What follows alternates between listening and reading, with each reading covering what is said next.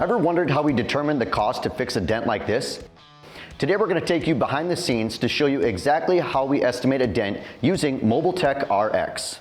It all starts with a thorough visual inspection. We're looking at several key things: the size of the dent, the depth and sharpness, the location, and the types of metal, whether it's steel or aluminum. Each of these factors affect how we approach the repair and how we price it.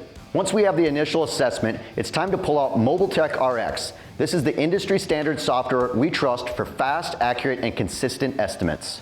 First, we'll enter the customer's details and basic vehicle information. Then we jump straight into detailing the damage. Here we'll select the affected panel and input the dent's exact size. Next, we describe its depth, sharpness, and whether the dent involves aluminum or challenging body lines.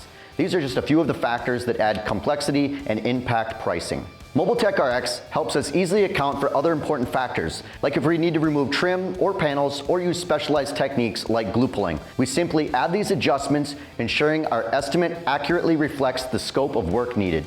Once everything's entered, we quickly generate a professional, detailed estimate that we can immediately share with our customers. Clear communication means no surprises, and that's how we build trust.